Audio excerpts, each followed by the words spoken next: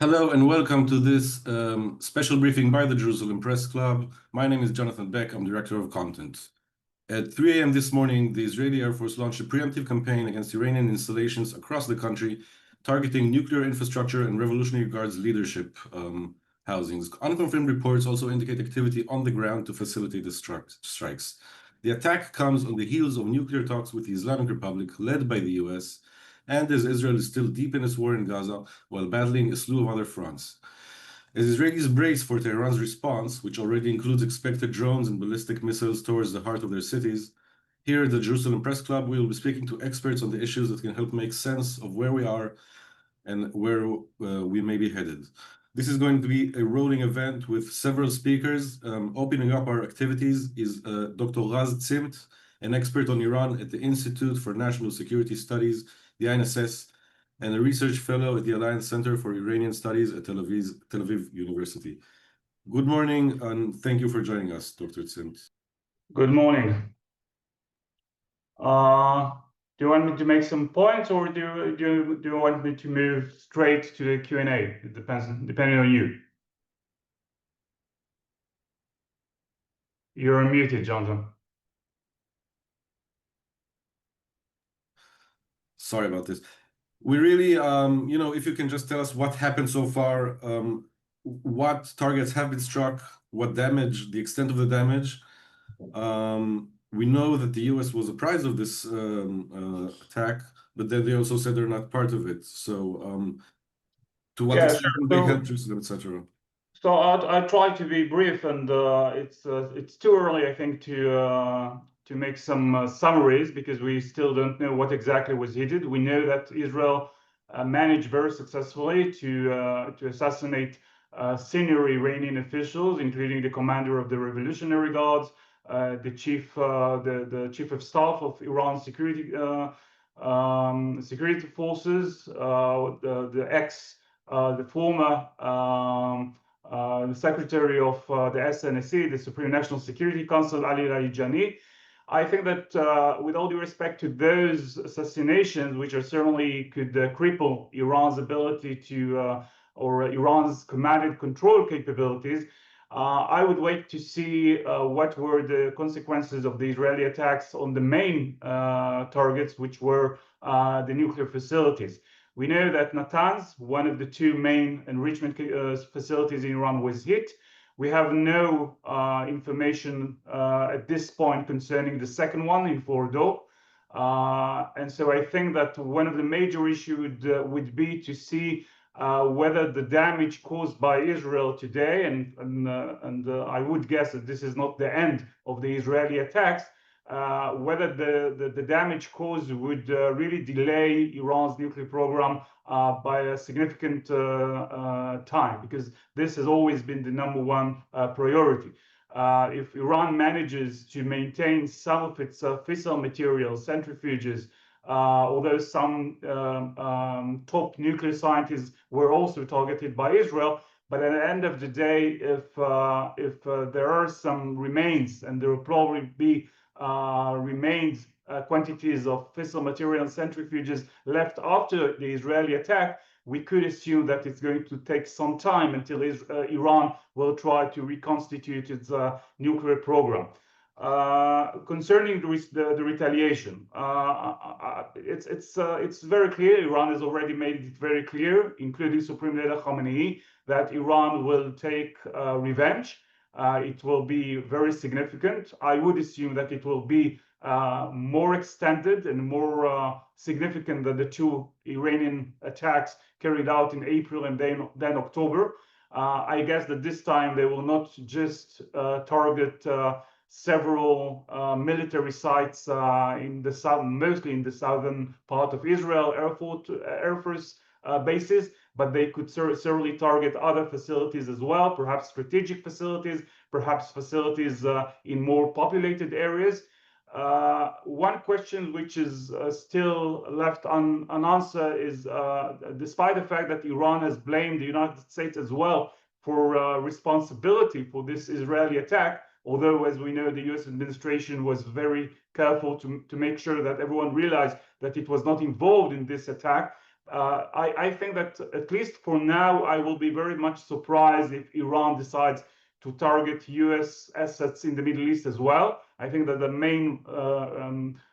main assumption right now should be that Iran doesn't want to engage the United States and drag the United States into a conflict with Iran. It is much more concerned with the possibility of dragging the United States in a confrontation with Iran, which would certainly cripple not just the security and military sites in Iran, but perhaps even the stability of the regime. But, and that's a big but, we still don't know how this conflict is going to evolve. We will see the Iranian retaliation, then we should expect further Israeli strikes.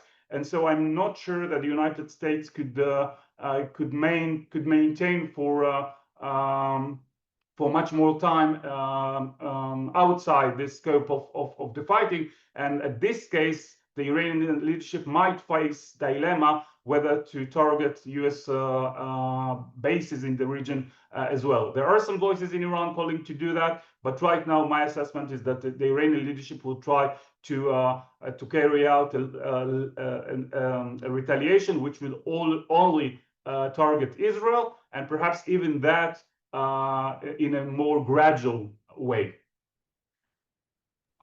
Okay, thank you for this. Yesterday at 3 a.m. in the morning, as I'm sure all 40 or so journalists on the line know, we've all been in our shelters, and we looked at Telegram channels, etc., and looked at reports of names of sites that were struck. Natanz, Kalmansheh. A name that comes back to the media again and again and was missing is Bushehr. Can you maybe discuss the nature? I mean, the nuclear project of Iran is comprised of ballistic missiles, of enrichment facilities, the centrifuges, and also the know-how, the engineers. Can you say if which nuclear targets were selected for the first strikes? Yeah, so I was not surprised with the fact that Bushehr was not targeted. Bushehr, as we know, is a civilian facility. It is used for civilian nuclear uses, so it was never supposed to be part of the Israeli strike. There are two main enrichment sites in Iran, Fordo and Natanz.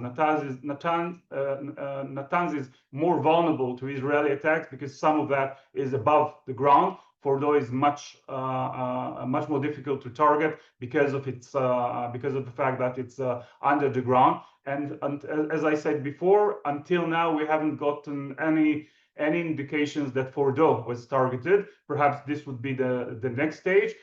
There were some reports about the possibility that Israel might strike the uranium mining site in Isfahan. But I just saw a few minutes ago a report that by IEA saying that Isfahan was not targeted as well. So I assume that the main objective of the first phase of the attack was Natanz, in addition to senior Iranian military officials, in order to degrade their ability to retaliate, and perhaps some more aerial defense systems to allow the Israeli Air Force to operate more freely, and perhaps some sites which has to do with Iran's missiles capabilities, and perhaps some production capabilities, again, in order to degrade their ability to retaliate. Okay.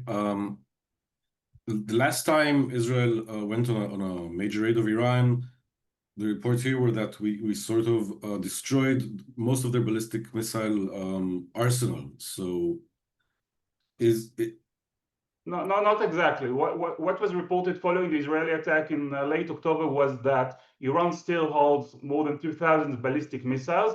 Then the report or the assessments were that due to the Israeli damage caused to the what was called a mixer, which was a major component which was aimed to produce more ballistic missiles in the future, that was destroyed.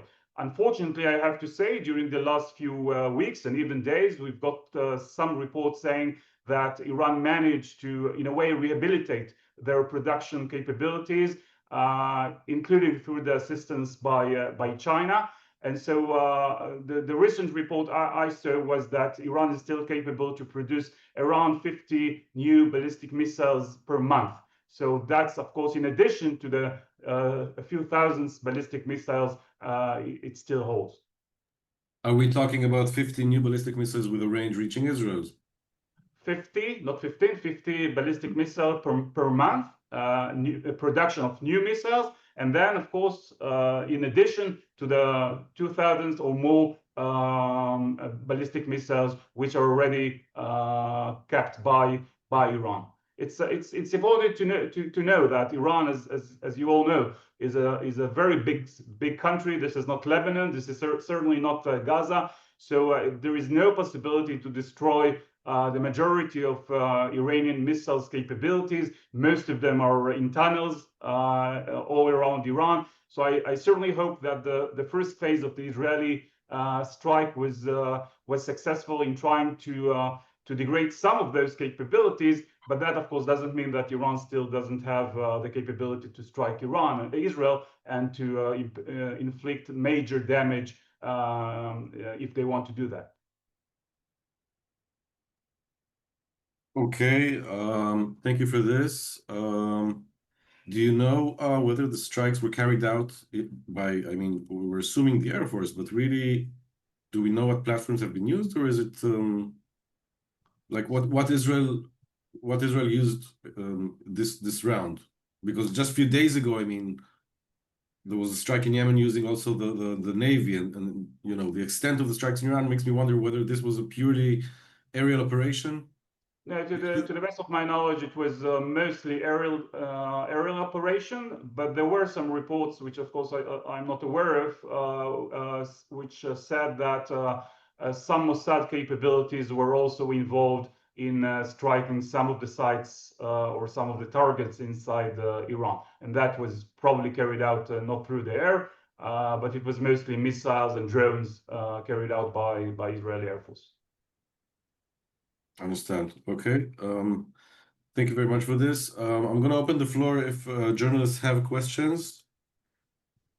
So I do have a question here from a journalist saying this. We're seeing data that Israel used 60% of its jet capabilities with these 200 jets. This data is from the IDSF. Does this attack significantly reduce Israel's stockpile? Look, Israel is certainly capable to carry out several strikes. Back in the past, it was reported that Israel has the capability to carry out several strikes for several days against Iran.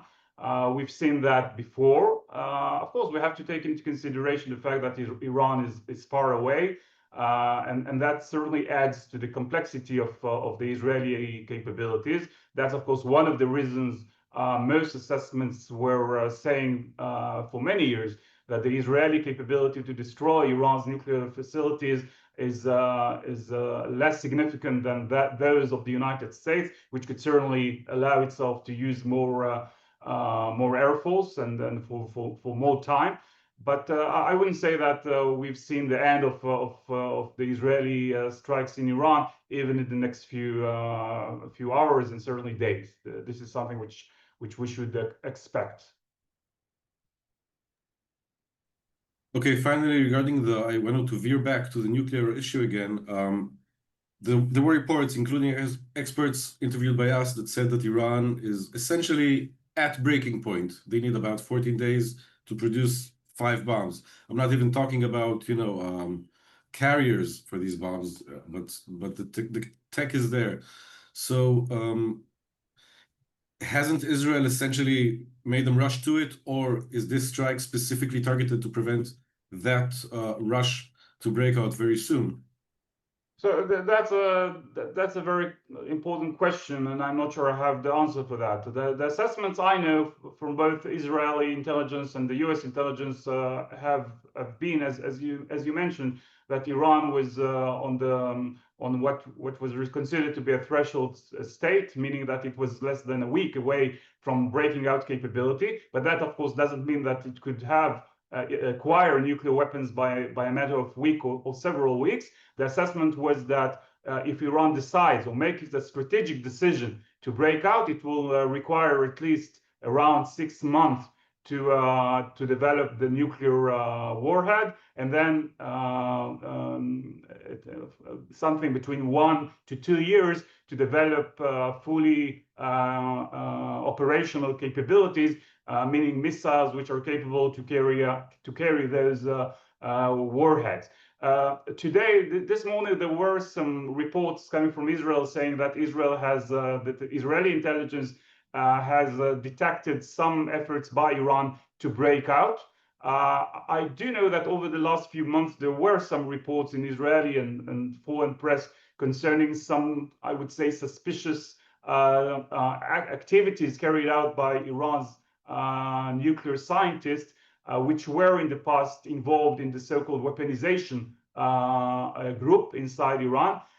So I can't rule out the possibility that Israel really managed to detect some activities which were considered to be as, if not a breakout, then perhaps Iran's preparing itself for the possibility of breakout. And at this time, Israel decided to attack Iran.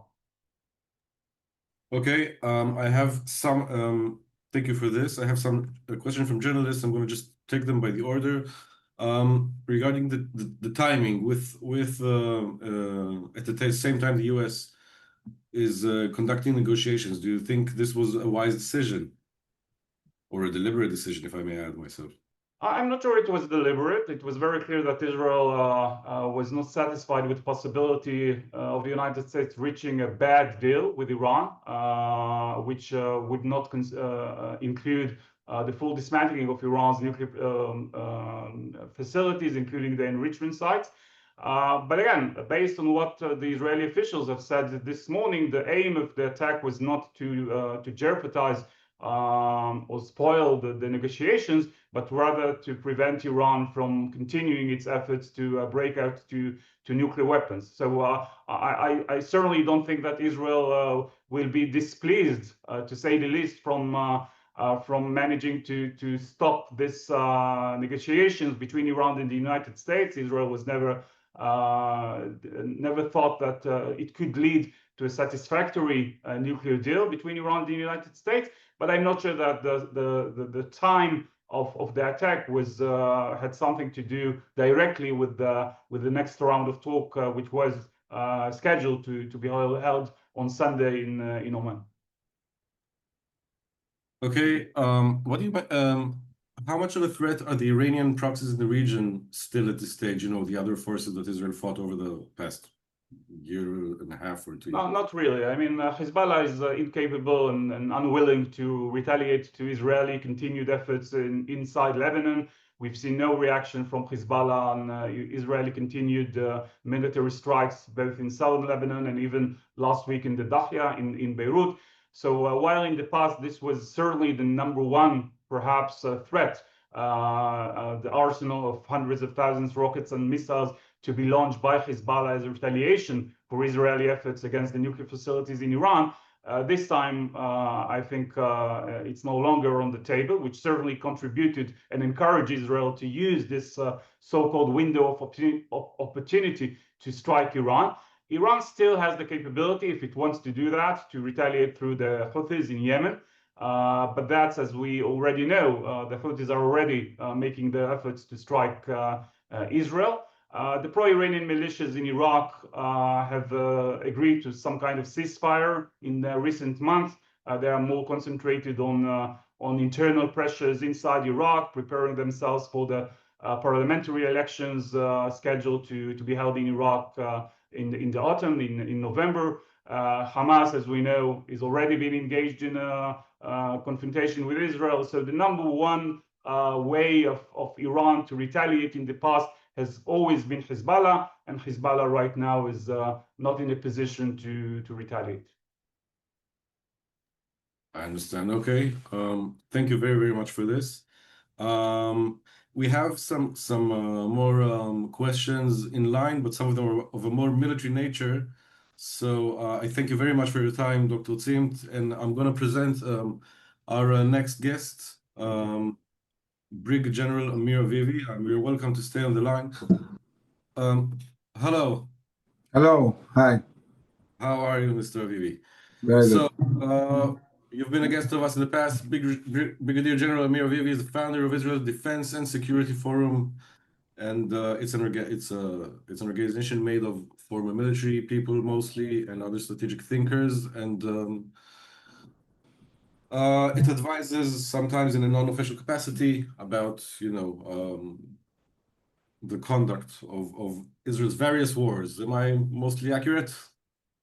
Yeah, thank you. We all know. So it's been a long night. I have to ask you a first question. Talking about the destruction of the Iranian, the chief commanders and the top scientists last night. I was thinking this is very much the strategy of when they took out Nasrallah, like take out the leadership in the first go. It's kind of a copy paste of this method. Is this a correct analysis of how this was planned? Yes, definitely. At the end of the day, it's all about people and commanders, and specifically talking about Iran and also Lebanon, Nasrallah. We're talking about commanders who had vast experience and unique knowledge, which you cannot copy or really bridge in a short period of time, and therefore this strategy of really targeting the military intelligence and also the scientists that are leading the nuclear program of Iran. I think it's a very good strategy. And, it's always amazing to see how accurate Israeli intelligence is and the amazing combination between Amman and Mossad capabilities.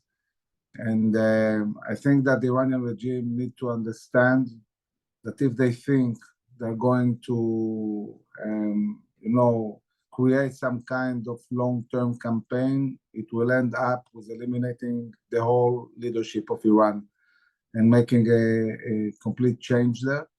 And so I think they understand what is at stake, and then we'll see, how they retaliate.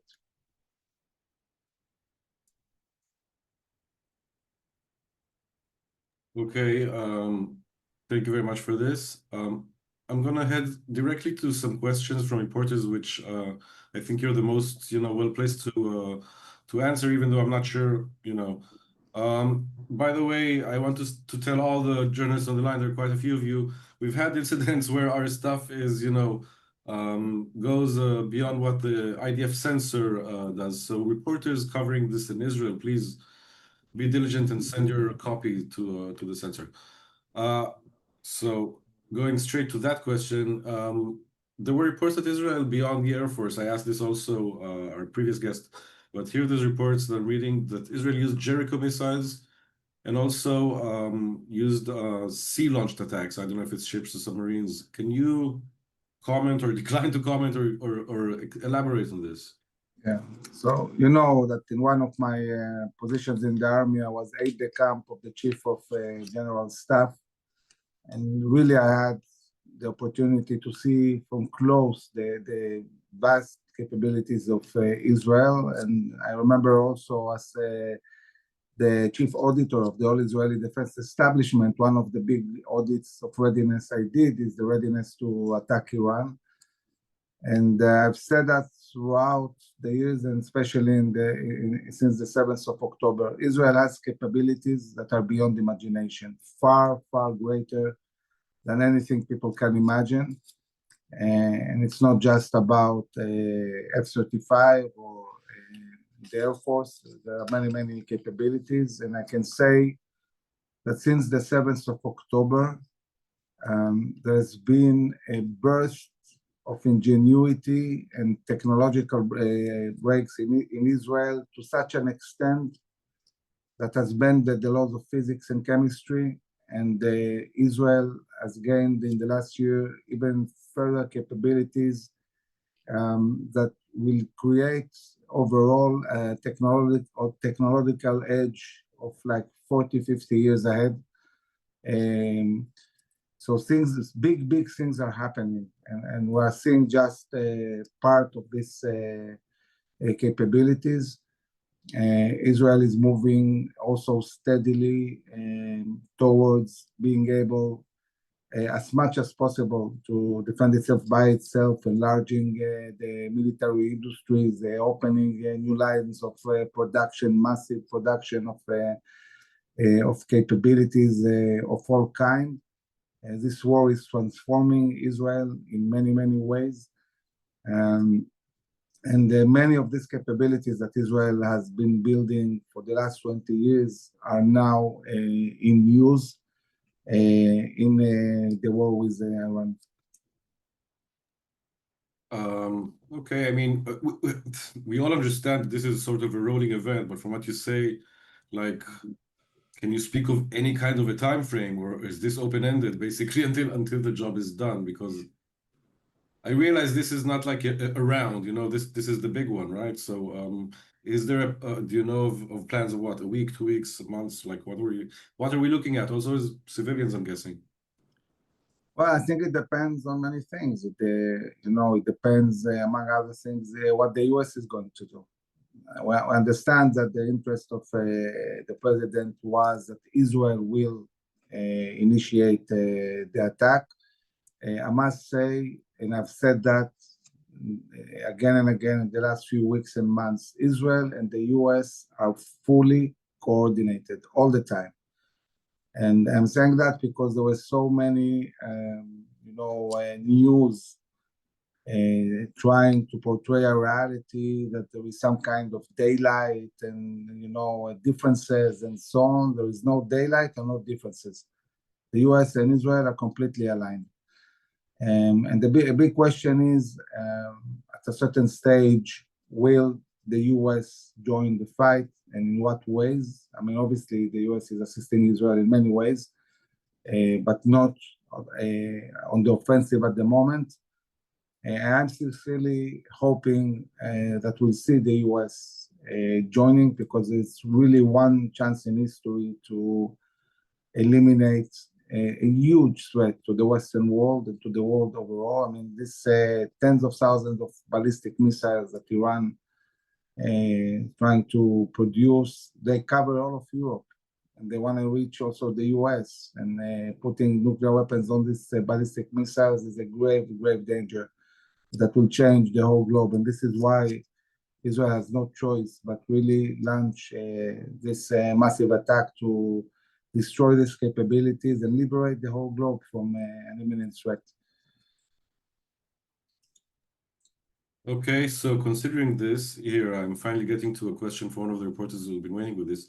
So now, can you say what are the US options on diplomacy? Would the New Deal now need to address like basically the new reality with ballistic missiles and the regional proxies?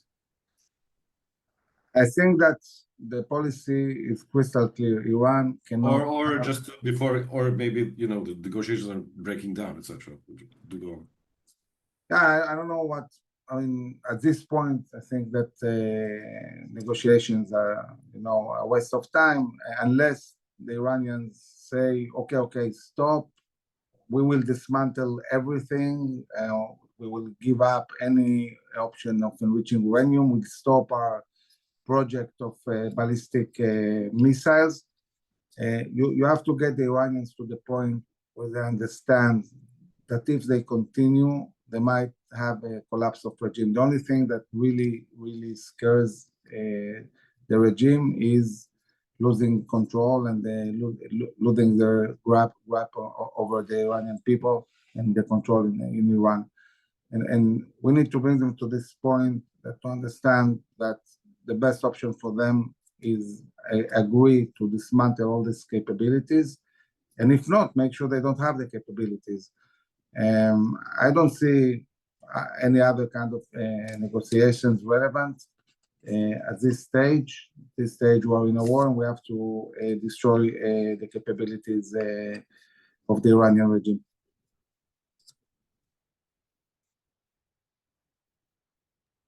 Okay, thank you very much for this. Do you think, finally, I have another question here. Will this preemptive attack not create more insecurity and incite Iran? It's basically, to rush. It's a similar question to what I asked Dr. Zimmt, to rush to the nuclear bomb. I mean, we've heard, you've been among the listeners, that they're like 2 weeks away. So from what I understand, I mean, just my thinking, if Iran would now rush to a bomb, they would perhaps not to try to deliver it even ballistically. They would try to do like from some cell in the West Bank to do like a dirty bomber or one of those things. So this is just, a hunch of what they would try to do. But this is why Israel is destroying all their, scientists, the relevant ones that can even try to push this, the factories, the sites, everything is being targeted. And I'm hoping it's done in a way that will completely prevent them from being able to move towards trying to, create a bomb. But we'll have to see. It will take probably a few days to understand the extent of the success of the attacks of Israel on all fronts. There's many things that are happening now in Iran which haven't been discussed in the media. Not everything the Iranians are saying. There are some things we're seeing, clearly, but other things that are happening that we don't see. As I said, Israel prepared for this moment for many, many years, and it's operating in multiple ways to destroy these capabilities and prevent Iran from moving towards these nuclear capabilities. I understand. Okay. Thank you very much for this. Thank you very much for your time. I'm gonna now bring on the line Dr. Eyal Pinko. He should be unmuted. Anyway, okay. We have with us Dr. Eyal Pinko. Hello, Dr. Pinko. Hello, good morning. From the Begin-Sadat Center. We have some Q&A questions remaining from the previous sessions that we had with Dr. Zimmt from Tel Aviv University and with Brigadier General Amir Avivi from the IDSF. Okay, so we're rolling. In about 15 minutes, we're going to host Brigadier General in Reserve, Yaakov Amidror. Okay, I want to ask you, members of the JPC, you all know Dr. Pinko. I don't need to say all your credentials. I do want to ask you two questions which relate specifically to your expertise. One of them is that I can't find it now, but there's been a journalist who asked, can we now expect maybe Iran to try and awaken sleeper cells in Europe? And I may add to that question, will it try maybe to target non-Israeli targets in Europe for some reason? And the second question that I would like to ask, which relates to another field of your expertise, is about the reports of use of naval vessels. I don't know if it's subs or ships. I know this was used in Yemen a few days ago or a week, and I'm thinking whether this has been used again in this strike, if it's something you can say. So the floor is yours, Dr. Pinko. Thank you very much for joining us at such short notice. Thank you very much. First, let's say that in the short term, probably in the few hours or very few days, it will take to the Iranian regime to wake up, to restart, to understand what happened, and to go back, to some kind of retaliation mode. So we expect that in the next few hours and day, maybe 2 days, they will attack using drones, cruise missiles, and ballistic missiles from what they have. And I believe that this is what we'll see up in the next. As I read in some Iranian and other channels, Iran ordered also Hezbollah to retaliate. So probably we will in some kind of attack from the north as well, from Hezbollah.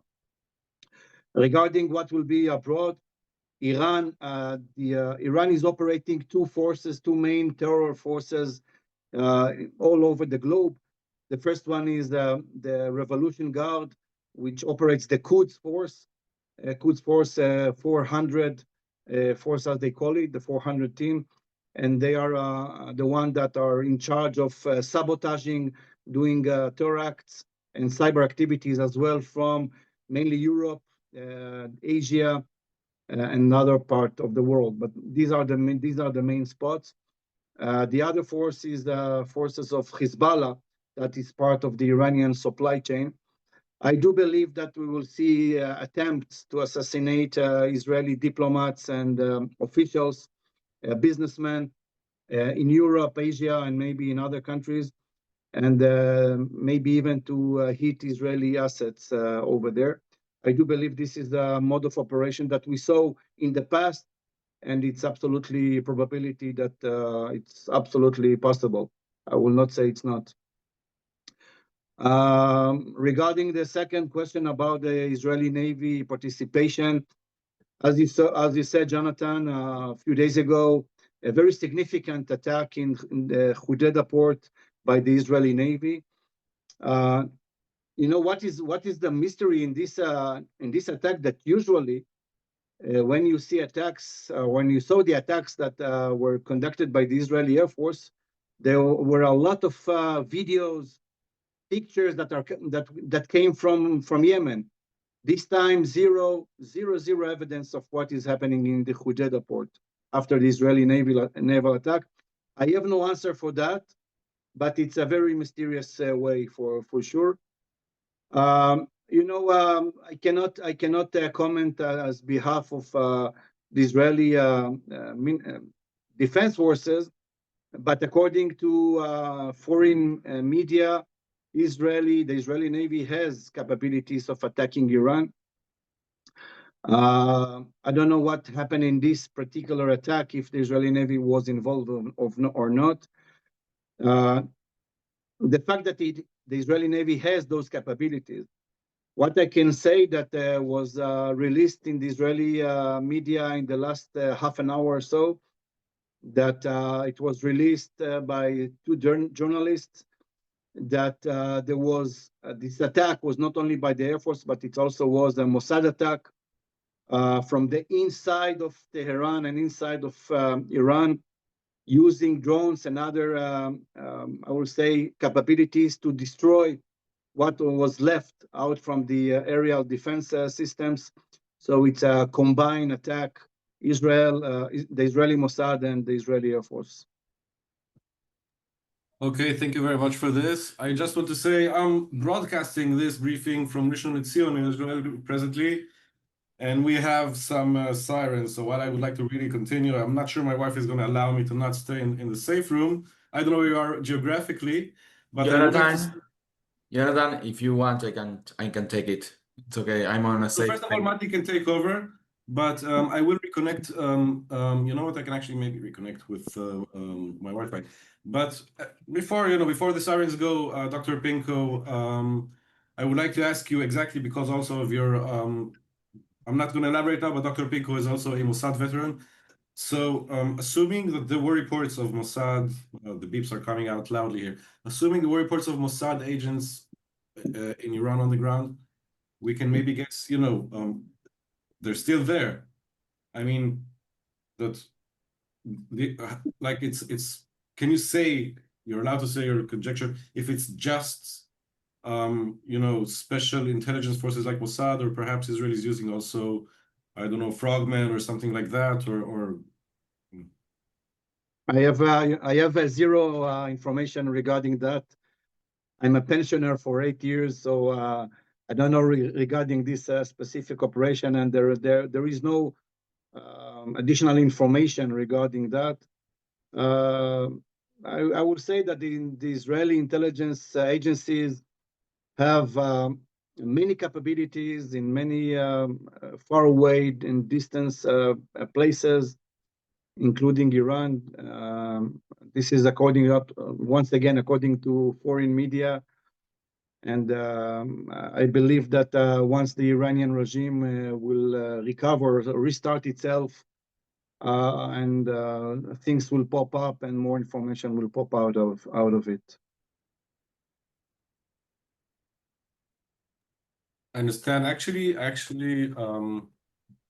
let me get this. I think I got it wrong. I think the message says that we do not need to be near a safe space any longer. So can you maybe explain why that is? Yesterday night at 3 a.m., I took my kids to the safe room and we had confusion whether we need to sleep there or not. And now they're saying, it's kind of back to normal. And there was no school, no kindergarten today. We're bracing for it.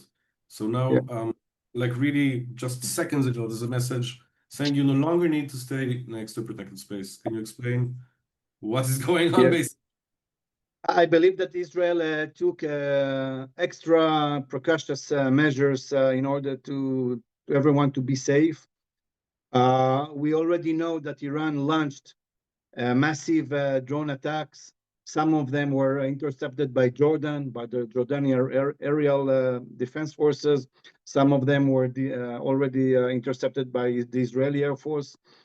And these drones, mainly the Shahed 139, the arrival time is around 7 to 8 hours, depends from where it was launched. It can go even to 11 hours. Once again, depends where is the launching spot. We understand that some of them were launched from Iraq and were crossing Lebanon. Some were crossing Jordan. And I believe because of that and taking, once again, extra precautionary measures, there were alerts, and probably there will be more. As I calculated, around 1 to 2 o'clock Israel time, there going to be, again, massive attack from the drones that were launched from Iran. I do assess regarding that while the drones are on their way, there will be also, as we saw in the past, there will be a ballistic missiles attack from Iran at the same time. The ballistic missiles, it takes them something like around 7 to 11 minutes. Once again, depends from where they were launched. So if I see the Iranian mode of operations in the last 2 attacks, this is the mode of operation. So I do believe that around, let's say 2 hours from now, 2 to 3 hours, we will hear more sirens if I assess correctly. Okay, I understand. Can you, I want to circle back to a question earlier you said about Hezbollah maybe joining. Can you discuss what residual capabilities Hezbollah still has now? Specifically, I mean, obviously we're talking about projectiles, not about, Red One people or something. Yeah, during the attack on Hezbollah and several attacks, I will say, Israel destroyed something like around 80% of Hezbollah accurate missiles and rockets. This is the general assessment in the Israeli security services as it was published, and I do believe that Hezbollah still has his own forces, which means missiles, rockets for medium and long ranges. We saw that in the last 3 months, Iran tried to reinforce Hezbollah with arms deliveries from Iraq by the ground and the vehicles, the ground path, I mean, and also by ships. Some of them were stopped by.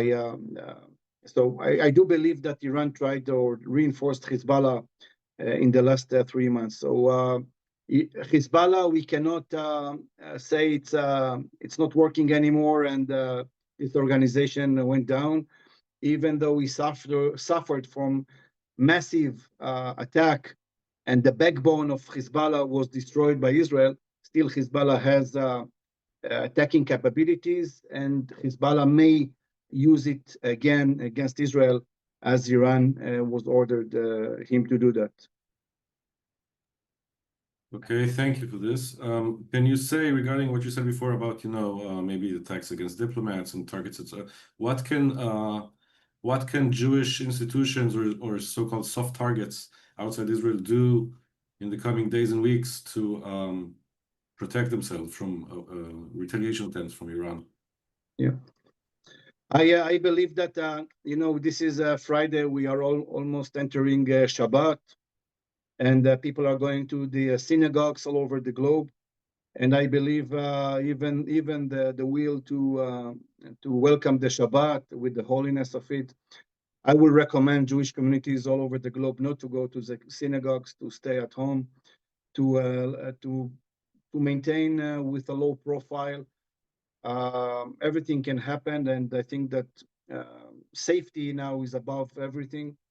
And in the next week, to be low profile, low level, to speak as less Hebrew as they can, especially in the streets, and in the streets and in public places. And let's see what will happen. I think that now safety is the most important, even though I see a lot of people in Europe that are very optimistic. I think that now is the time to be less optimistic and to stay safe. I'm always say I'm not paranoid, but I know that someone is following me. So I think this will be the right moment to do that. Okay. Thank you for this. I wanted to ask you a final question for this briefing regarding. Hold on, let me get this together for a second.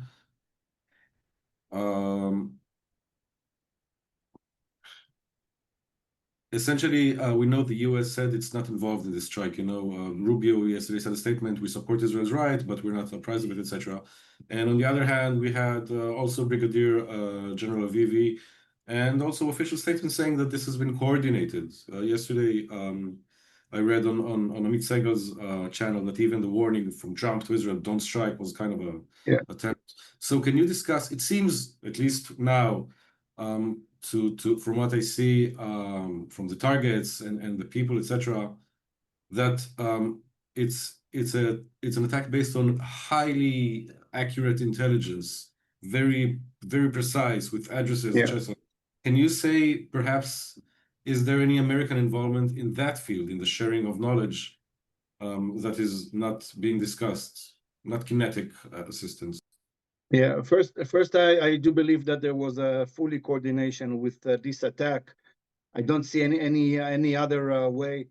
If you go back in the last week, warnings that were sent by the American State Department to embassies, to officials, to go out from Iraq, Bahrain, and other countries. You see that the British foreign minister sent alerts for vessels that in the surrounding of the Hormuz Straits and the Persian Gulf also to stay away. So all the signs were on the table. I was about to this morning to teach master's degree students introduction to intelligence training, and I would say the first slide was will Israel will attack during this weekend. And I just I prepared that last night without knowing that something will happen. So regarding that, I totally believe that it was fully coordinated. What I can say that the Israeli intelligence community has a very good ties to many intelligence communities all over the globe, including the US, the British, and others. And the Israeli intelligence communities with American are fully collaborating in many things. I can assess only as assessment that the part of the very well accurated intelligence was gathering and was analyzed, was assessed, I will say, or they created the targets with the help doing that together. This is only my assessment. I can guess that this was the reality. Can you perhaps say how far back? I mean, like this sort of this effort at I don't know the word, correct reading, at fooling the Iranians to thinking Israel is not going to strike, and this weekend there were the reports that Israel is preparing for a strike, which were kind of okay. So if there's reports, maybe it's a bluff, and eventually they did strike. So, like, does this go back like months and months ago to the first meeting between Iran and the US, or is this like been hatched like since really the reports came out that Israel is preparing over 2-3 weeks or so? I do believe, once again, this is my assessment, that everything started, especially after Trump went into power. And they understand that Trump will not allow Iran to have a nuclear facilities. And we can see how much time and effort and coordination were between Israeli officials, including Benjamin Netanyahu and Trump and his staff, generals, the CENTCOM commander that had to, according to the public, to what was in the media, to be in Israel tomorrow, and he was canceled. He didn't cancel. It was like a ping pong of his arrival, if he'll be or not be here. So I believe this goes back at least few months of the coordination and the strategic thinking, what will be behind the negotiation. I do believe that Israel and the US really wanted to go into some kind of negotiation that will stop the nuclear progress and bring peace to the region. And they put into consideration that it will not be, and back on that, they planned the operation. This operation cannot be planned from now to now. It's not 2 days and it's not 1 week operation. This is operation that was pretty well developed, planned, organized, at least half a year, at least. So I do believe that it was really made with the Iranian, with the US coordination. Okay, thank you very much for this, Dr. Pinko. We do have on the line Major General Yaakov Amidror, so you're welcome to stay on and listen, and we're gonna move on to our next guests. Hello, Major General Yaakov Amidror, thank you for joining us. Hello, do you hear me? Yes, I can hear you well. Okay. So briefly, I think everyone here knows who you are, but I'm going to present. Major General Amidror is a senior fellow at the Jerusalem Institute for Strategy and Security. He was the National Security Advisor to Prime Minister Netanyahu and Chairman of the National Security Council from 2011 to 2013. He has 36 years of experience in senior IDF posts, including being commander of the military colleges, Military Secretary to the Minister of Defense, Director of the Intelligence Analysis Division in Military Intelligence, and Chief Intelligence Officer of the Northern Command. He's a distinguished fellow at GINSA's Begin-Sadat Center. Did I pronounce this correctly? Yes, correct. He has also written 3 books on intelligence and military strategy, Reflections on Army and Security, Intelligence Theory and Practice, and Winning Counterinsurgency War, the Israeli Experience. I think it's been the longest I've presented you ever, sorry. So we are here on a Zoom. We've had a lot of things being discussed. I know you've not been on the line. We've discussed like the military aspects and also the aspects of espionage, etc. I would like to maybe direct my first question to something quite specific, taking from Prime Minister Benjamin Netanyahu's statement last night. And tie it to the ongoing war. He said to the Iranian people, you know, your freedom is coming soon. Now, we know from this war, there's a huge difference in fighting, for example, like the IDF did in Lebanon, when it's fighting an organization that does not have the popular support of the population, in Gaza, in which at least in the first months after October 7, the Palestinian population was widely supportive of Hamas. We've also heard that this was differentiated from places like Mossad, etc., where the actual terror organization is distinct from the population, or if the population supports it. So can you maybe focus on this, like, kind of, let's say, latent partnership from the Iranian people, and if Israel is expecting maybe some of its work to be done, not kinetically by the military, but by the Iranian people? I think it's a very important question. In Iran, we are in something which is in between what we had in Lebanon and what we had in Gaza. It is a state with legitimate regime. I mean, legitimate, it means they won the elections, if you can call it elections in Iran, because only those which had been approved by the leader of Iran, Khamenei, have the ability to be elected. I mean, it's a kind of election in which you can elect, but those which had been approved by the leader.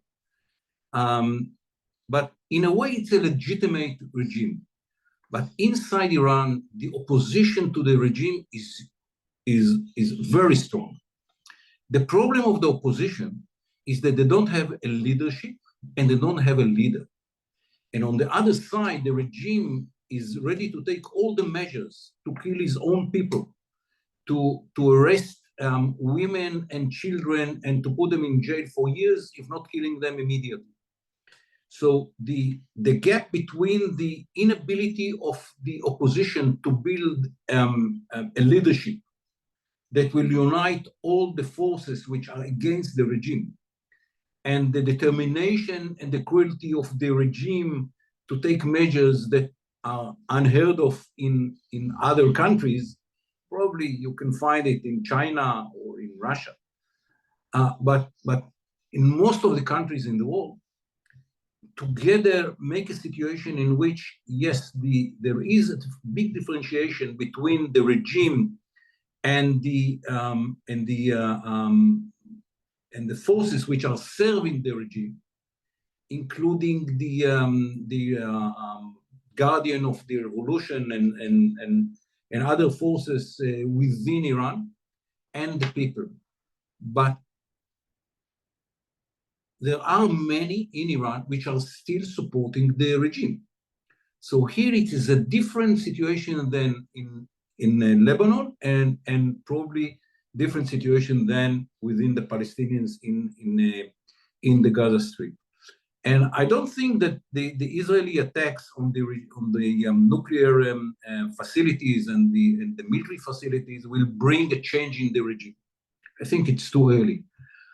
But the fact that the Iranians didn't provide what was promised, they didn't deliver regarding Hezbollah, regarding Hamas, regarding Syria, and so on and so forth, and the fact that Israel is succeeding to hit the regime facilities, the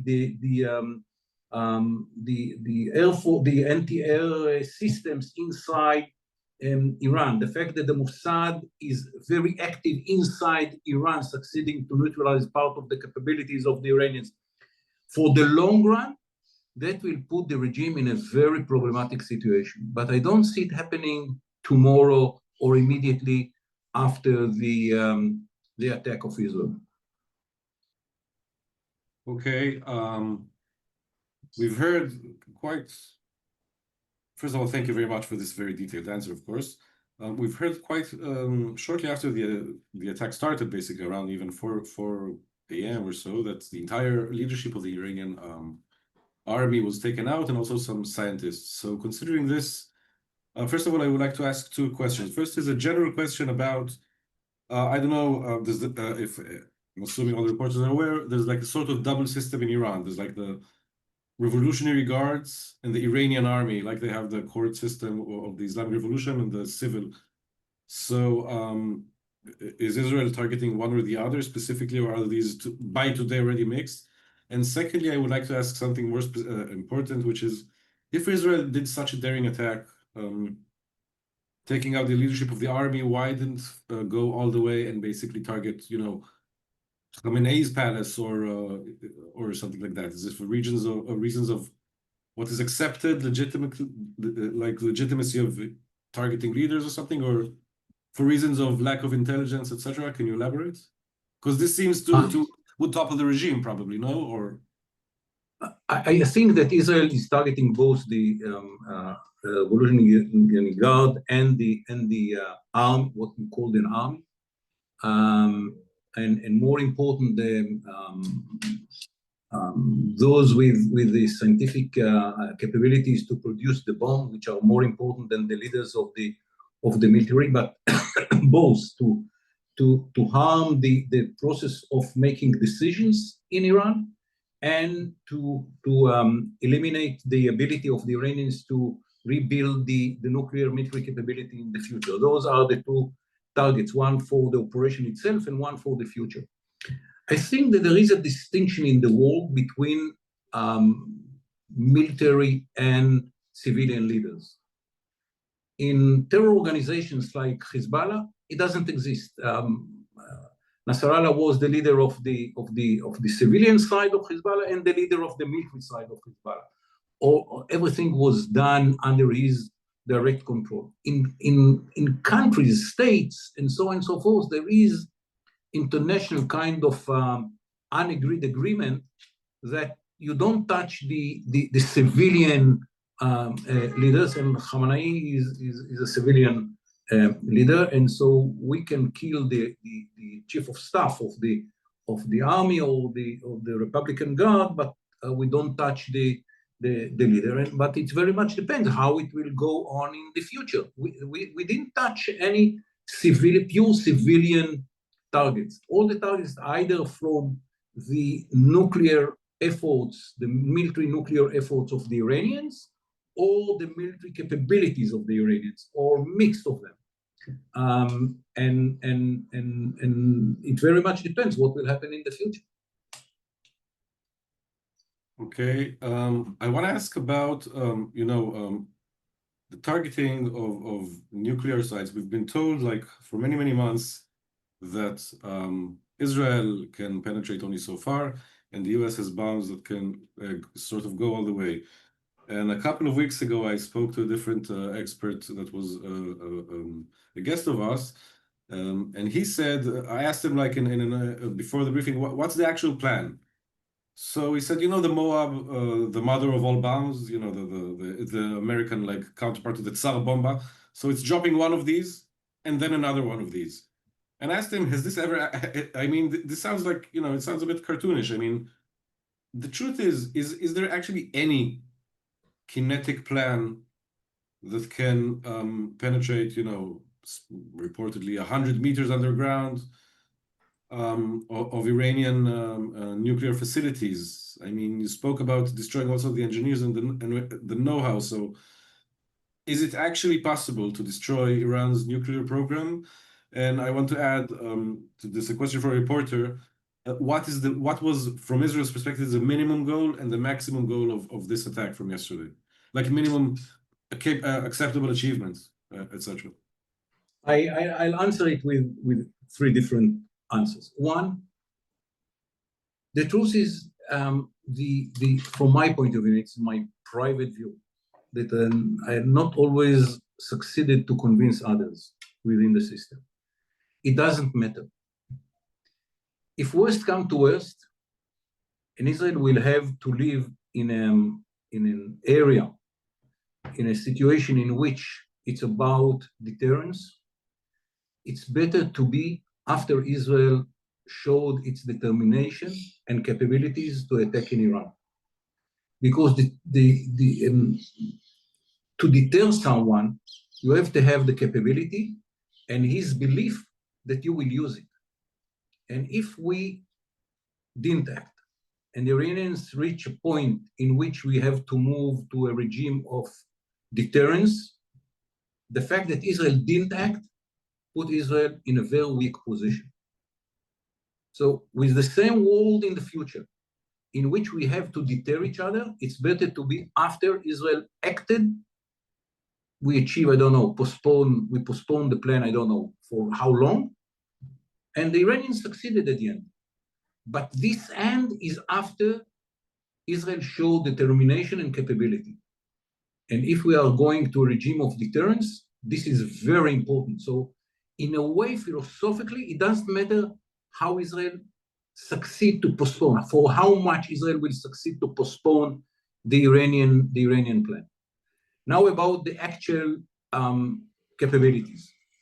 We don't speak about stopping the Iranian project. We know that this is impossible to achieve by kinetic forces.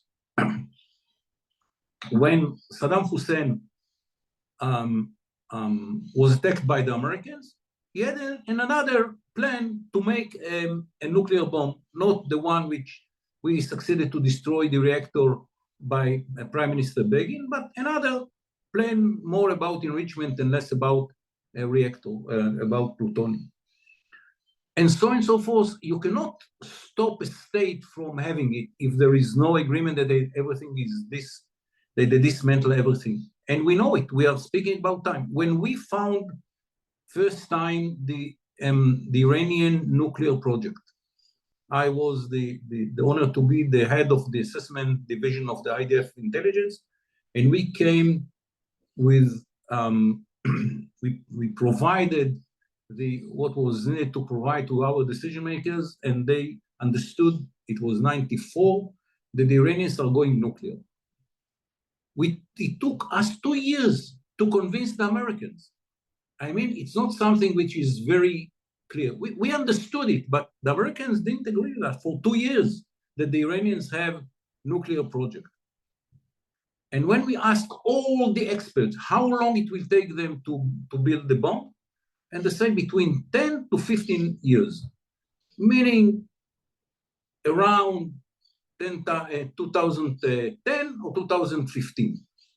No, 2005 and 2010.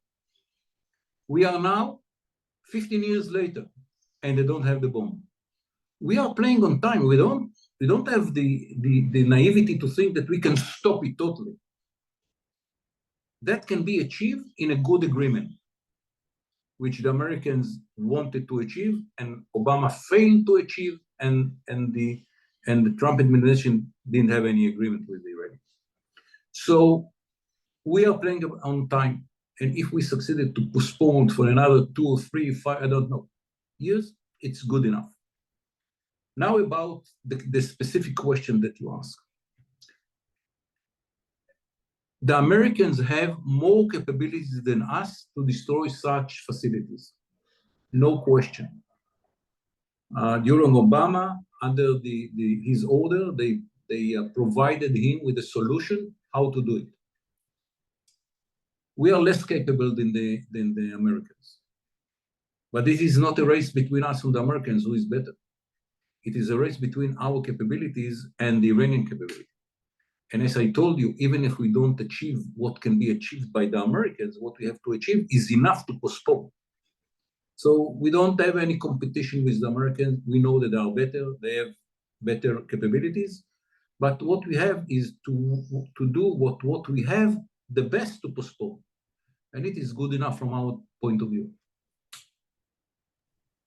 Okay, thank you very much for these detailed answers.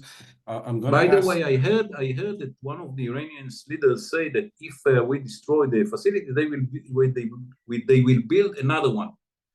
And if you take it from our point of view, if they succeed to build another one, we will have to make another attack. Understand. Okay, I have a question here, actually coming from Khan 11. Is there any evidence that they were now rushing to the bomb in a matter of days? Or could it be another, he calls it a Bush situation? I'm thinking, discussing the weapons of mass destruction in Iraq. No, there are not few days from a bomb. They're probably few months from a bomb, had been before the attack. We will have to see the BDA of the attack and to see how far it took them backward. I don't know to say anything about that now, but they had been few months before having the ability to produce a bomb. But it's not the end of the process. When you have a bomb, you have to shape it in a way that it will go into one of your missiles and so on and so forth. I believe that within a year, speaking about before the attack, the schedule probably was around a year to have a bomb that can reach Israel. Okay, can you comment on whether the same international coalition that protected Israel in April last year would do again this time? I know Jordan has been involved in the US, etc. I don't see the coalition acting. We know that we intercepted the drones all over the skies of the Middle East. So passively, countries allowed us to do it. But I don't see actively the coalition in war. Remembering that the Americans have a THAAD battery in Israel, so they will be active if we will be attacked inside Israel. And let's see what will happen. It's too early to see what will happen around these coalition connections that we have. Can you say why not? Why would they not act this time? I think because it was initiated by Israel, it's more complicated for some countries to declare that they are part of the coalition. Yeah. So it's easy to do it passively. It's easy to do it passively. Yes, and more passively it's easier, but actively it's more complicated. Okay, I have another question from Khan. I don't know if it's really within what you want to discuss.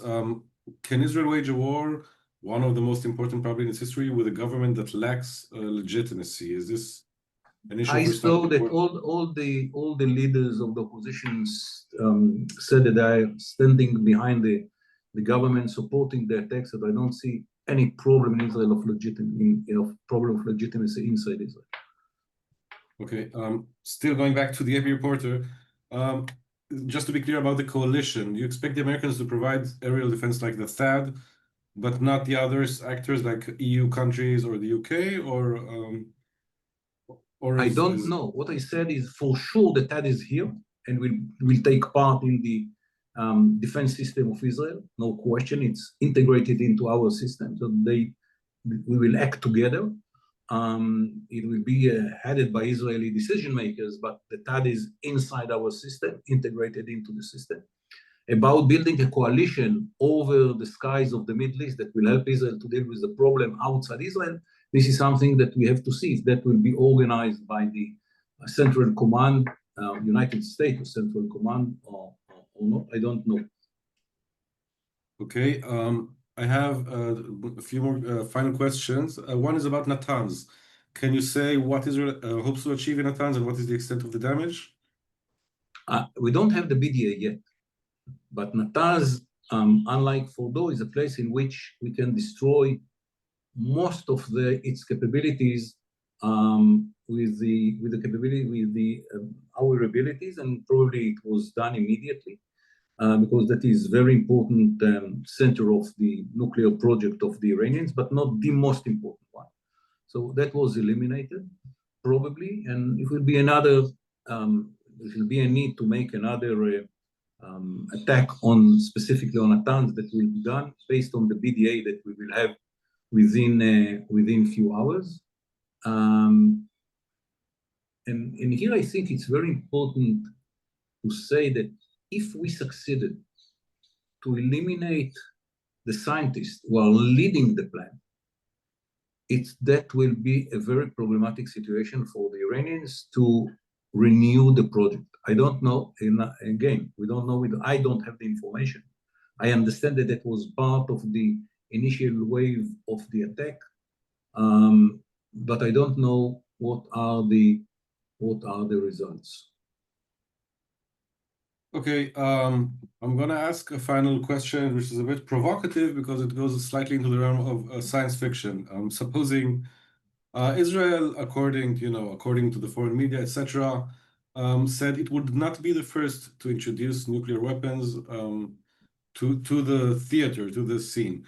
Let's suppose Iran doesn't use anything ballistic, but I asked this a bit earlier, another guest, manages to bring through the West Bank some suitcase bomb or something like that, and manages to carry out a dirty bomb or attack of a nuclear nature, which does not cause the devastation that we're obviously all fearing of massive casualties.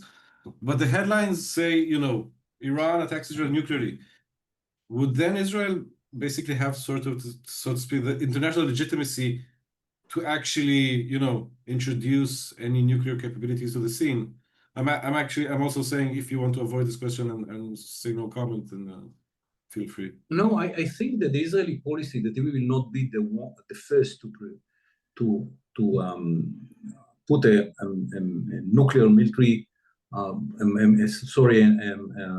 nuclear bomb is our policy. We don't change it, and we will keep it in the future. And if the future will be different than the present, we will have to consider everything. But we are very determined. We will not be the first. And we are, as far as I know, no one in Israel has any second thought about it.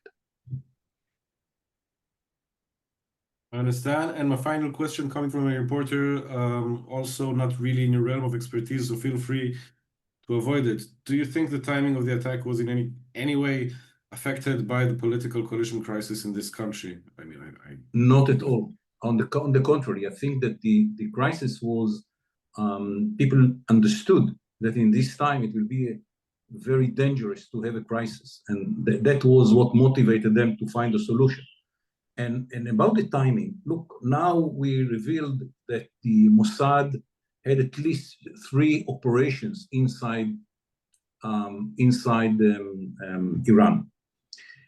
A military operation you can postpone. and the pilots will go home, and they will come next week and they will do it. When you have such operations like the Mossad had in Iran, you cannot postpone it whenever you want and to renew it whenever you want. So the pressure on the schedule was more about coming more from this Mossad operation than from the military one. So if you ask me to guess, I don't know, I don't have a clue about it. If you ask me to guess what was, for whom it was more important to do it now and not to postpone it, for the military guys or the Mossad guys, probably the Mossad guys. Because the longer that you are inside Iran, you are more in a danger to be exposed. Unlike the military, who can go home and they will come next month. Yeah. I mean, do you know, can you say anything about those operations? Yes, it was very important secret card that we kept for our benefit to neutralize part of the capabilities of the Iranians. I'm not sure that this is the last card, but it was very important card which allow us to neutralize part of their ability to attack Israel and to defend Iran in the crucial time. And that was prepared for a long time, of course. You cannot make it from yesterday to tomorrow. And you cannot keep it as much as you want inside Iran. You expose yourself to a dangerous situation. So the need of the Mossad to act is more, how to say it, more important than for the military. Can you maybe comment on whether this was carried out by, actual Israeli Mossads or perhaps local agents, or is this something beyond the... Everything is under the umbrella of the Mossad. It doesn't matter. The Mossad is a very professional organization. They decided how to do it, and it is their decision, and I'm not familiar with the decision-making process about these practical, technical questions. At the end of the day, the project was done by the Mossad, controlled by the Mossad, and integrated into the schedule of the military operation. Okay, thank you very much. I earlier with General Amir Avivi, I drew parallels with the attack on Hezbollah. I don't know if you agree with the same kind of doctrine, killing the entire leadership first and then moving on to other targets. But assuming, if you agree with this, then the IDF is essentially, or the IAF is not going to let go in at least the coming few days, because this is not, something for making breaks and restarts. Am I correct about this? I think that technically there are many similarities, but I don't think it's the same. Hezbollah is a terror organization. They don't have what they call in basketball deep group. I mean, there is no equivalent to Nasrallah. Hezbollah, Nasrallah gone, no one can enter to his shoes. It's not Iran. Iran has a deep state. They have number 2, a number 3, a number 4, a number 5. With all due respect to the equivalent technical picture, it's not the same. And we should not be naive to think that what we did in Iran made the same impact as what we did to Hezbollah. It is not. Yes, it's very important. I think more important is the elimination of the scientists. Here, it's like Hezbollah. Here to find substitute to those people which dealt with the Iranian nuclear military capability for a long time, it's much more complicated. But the military, the Republican Guard, the military leadership, this is something the Iranians immediately will find substitute to those which have been eliminated. It will make problems in the making decision system in the first, week, 2. But at the end of the day, Iran is not Hezbollah. They have a deep state, strong deep state, and they will find a substitute to what we did. If he spoke about what Israel succeeded to do to eliminate part of the launching capabilities of the Iranians, and this is the equivalent with Hezbollah, I think that here there are more similarities between Iran and Hezbollah. I don't know yet the BDA, so it's very important to understand. But from what I understood, we succeeded to eliminate the anti-air system in the west part of Iran, and this is very important for us for the next waves of the Air Force. So we have to see how really we succeeded to neutralize launching capabilities and anti-air capabilities, and then it might be equivalent to our achievement with Hezbollah. Eliminating the leadership, it's not the same. Okay, I have one minor question and one wider question related to something you just answered before. The minor question is the timing of this attack maybe related to the introduction of the light shield, the laser system, or is that system to ranges which are not related? No, the laser system is not yet relevant to those long distance missiles. It's more relevant to drones. Yes, here it relevant, but I hope that towards the end of the year we will have the first system active operational with laser. It's not connected to the laser at all. I'm sure that many people are very sorry that we don't have it, because for the drone it's a very good answer, not for the missiles. But it's not the last operation that Israel is involved in. Okay, and then I want to also ask about you said, I asked earlier about the whether this had to do anything with the political situation. You said absolutely not. So can you say, like, who? This is the last question for this, almost last for this briefing. Who came to who and say now is the time to act? Did the defense establishment come to the government and said, listen, situation is so and so, Iran is in a state where we need to act now? Or did the political echelon told the army, you need to make the plans to do it now because? I think it's a combination. It's a dialogue between the two sides. The intelligence guys, Mossad and military, are coming together and saying to the decision makers, guys, the Iranians are in this stage. That is the time that it will take them. Blah blah blah blah blah blah. Then the decision makers are checking with the Americans with the situation. They are checking with themselves how much they're ready to take upon themselves for making this decision. And because Prime Minister Netanyahu is in this business so many years, and he wanted to do it 12 years ago. So to convince him, it's very easy. And in a way, it's a dialogue between the two sides. And when it is well understood that from the... But, excuse me, is it actually easy to convince Netanyahu to actually kinetically send the planes? Because this means risking the pilots, etc. Talking about it and having the US do it is one thing, but being the person who's doing the decision to say go is still difficult. Let me finish, and then you will see that here is the answer. At the end of the day, when the intelligence guys convincing the system that the Iranians are very close to having it, the military guys are saying we have a good way to postpone it, if not to stop it. Here are the details. And you come to a prime minister which understands for years that Iran should be stopped.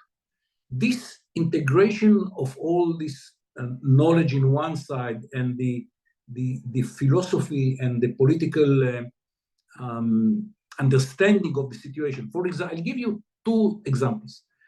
In the past, everyone told us, if you do it, you will have to take into consideration 100,000 missiles from Lebanon, 50,000 from Gaza, how much from Syria we don't know, and the Iraqis militias will attack you, and so on and so forth.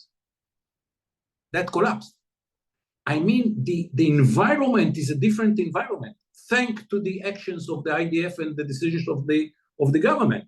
So the whole situation is different. And now when Prime Minister Netanyahu is sitting and say, okay, what I have to take into consideration in this decision, unlike in the past, he doesn't have to ask himself the question, how will I defend Israel from the 100,000 rockets and missiles coming from Lebanon?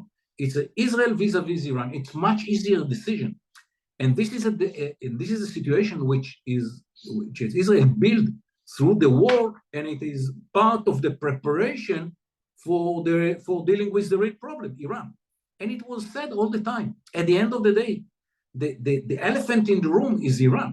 And the fact that we succeeded to isolate the elephant, and it is us and the elephant, it's not us and the elephant and Hezbollah and Hamas and Islamic Jihad and the Syrians and the Iraqis, militias in both countries, made all the situation totally different and easier for the decision makers. And this is a result of dialogue between all the elements, the intelligence community, the military with all the capabilities of the Air Force, and the decision makers. I think that is I think from the beginning of the war, it was clear for the decision makers that at the end, Iran is the head of the snake, and we will have to go to deal with it. If you go to the papers of Hamas, you understand how far Iran was ready to push Hamas and Hezbollah to destroy Israel. And they have a real plan to do it. And they believe that it can be achieved. So it was clear from the beginning that this is the time. And the fact that Israel succeeded to eliminate what we call the ring of fire, which the Iranians built around Israel, then that was disappeared after long war and many casualties in our side. But that was achieved. It was easier to make the decision. And the fact that the Americans negotiated for a long time and didn't achieve anything, and it was clear that the Iranians are playing for time. And remember, there was something that people don't pay attention to. Thursday morning, yesterday morning, it's a crucial event. The international community watchdog of the proliferation, sitting in Vienna, said the Iranians cheated the whole way. In the last 10 years, the Iranians lied to us. Mr. Grossi, not us, not the Americans, it's international United Nations organization, said the Iranians are cheating all the time. And from the international legitimacy point of view, if the world is fair, and the world is not fair, if the world is fair, they have to admit Israel did it in the right time after it was declared by the international watchdog that the Iranians cheated in the last 15 years. Indeed, the timing of the announcement is interesting because, I mean, I think the IAEA has been aware that Iran is in violation all the times, and they suddenly decided to publish it. No, because the evidence that they collected in the last visits in Iran, and after they elaborated it, it's very long process in the IAEA. It's not you visit Iran and yesterday and tomorrow you will publish something. They have a very complicated way to find and to make conclusions about their findings. So yes, it served Israel, but it was not done to serve Israel. It was done by the timetable of the IAEA. Okay, this is the last question for today. Do you see this? Basically, you mentioned just now, this whole thing about the Ring of Fire tool. So is this a new war or just a shift in the war that began on October 7? Is this like a new phase? No, it's a continuation of the war without the achievements of the war. The fact that Israel succeeded to destroy the Ring of Fire, the decision-making was much more complicated. And remember that it is not the first time that we had been attacked directly. We had been attacked by the Iranians twice. So from the legitimacy point of view, it's a totally different situation.